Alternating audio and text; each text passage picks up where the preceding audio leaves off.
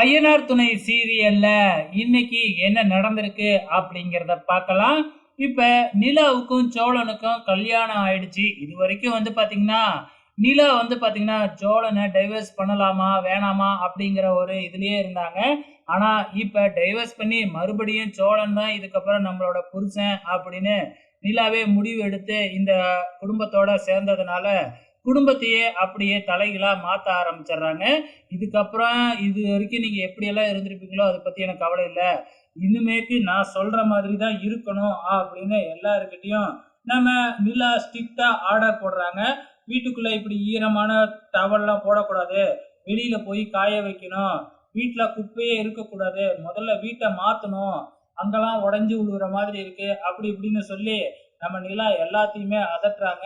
நடேசனை கூட விட்டு வைக்கல. இதுக்கப்புறம் குடிச்சிட்டு வீட்டுக்குள்ள டான்ஸ் ஆடினீங்கன்னா நடக்கிறதே வேற அப்படிங்கிற மாதிரி திட்ட நம்ம நடேசனை பயப்படுறாருன்னா பார்த்துக்குங்களேன்.